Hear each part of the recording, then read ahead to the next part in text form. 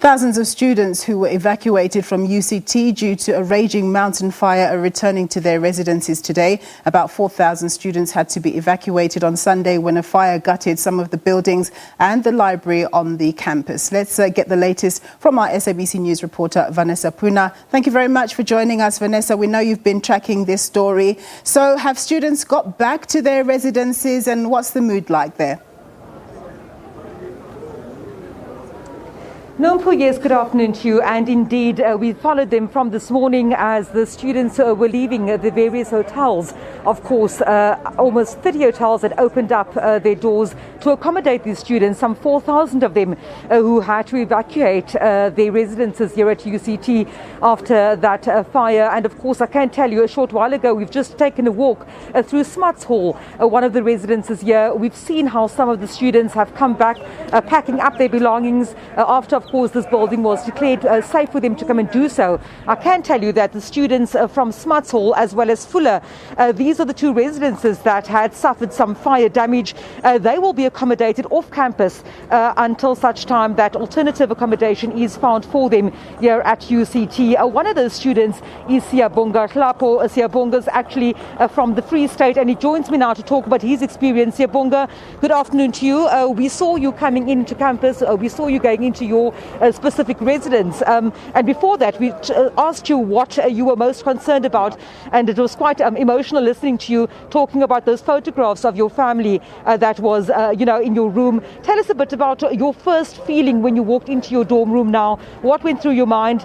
Did you find those ever sentimental pictures unscathed? Yes. I was quite exhilarated, actually. I was quite exhilarated to the point where I was thankful that, my belongings are safe and so they are secure. However, I know that there's other learners whose belongings are not safe as well. And that is a very tragic experience to go through, and I don't wish it upon anyone at all, because at the moment there's a lot of mixed emotions going around, and there's a lot of uncertainty as well as we're going through this heartbreaking, troubling period. But I believe and I am faithful that, we will go through it. We'll go through it. Yeah. Siyabonga, you spoke to me earlier on, and you were saying to me that material things can be bought again and purchased again. And of course, we've seen the outpouring of generosity from South Africans and so on. You also had a particular heartache about the damage to Smuts Hall. Explain to us why you feel so strongly about that. Smuts Hall is my home away from home.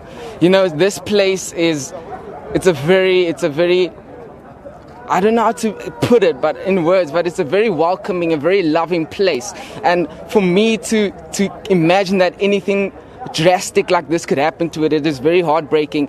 And my belongings, possessions, ultimately, the most important things in life are the priceless things in life. The things that money cannot buy, the things that you cannot just walk into a store, into a shop and simply replace. Those are the things that are most important to us in life. A lot of the other students we've spoken to this morning, since Sunday, since the fire broke out, were talking to us about the concerns around the academic week that was lost. Now, yesterday we spoke to Prof. Pakeng saying that there won't be an extension of the semester, and that the faculties themselves will manage and see how the work that, or the time that has been lost, can be worked in to the semester. Do you have any concerns about any assessments or any exams that you may still have to do that may be outstanding at this point? Definitely. I definitely have a lot of concerns regarding that, because I take my academics very seriously. I'm from a family where education is of the utmost importance. But however, I've been doing these motivational videos actually, like for each and every person here at Smuts Hall, and for my group called Lituation Nation. So I've been doing these motivational videos trying to tell people, listen, yes, we're going to lose time. We've lost a lot of academic time, but ultimately we have to be thankful and we have to be very happy that no casualties were lost, because a life over academics, you can't put those two in the same equation. You simply can't, and I'm very thankful for that. Siyabonga Hlapo, thank you very much for your time and all the best for your future. Of course, just one of the students there from Smuts Hall here at UCT that had to be evacuated on Sunday, and of course today returning to his residence to come and collect some of his belongings and will be then accommodated at off-campus site until such time that the university can accommodate all the students in the affected residence again.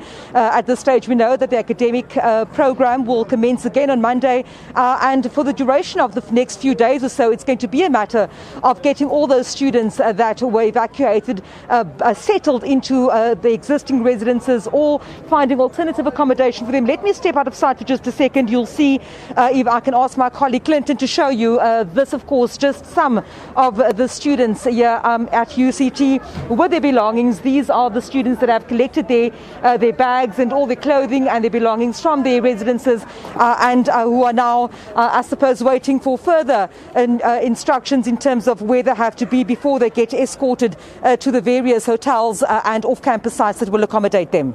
Thanks very much for your report there, Vanessa Poona, reporting from the University of Cape Town. Well,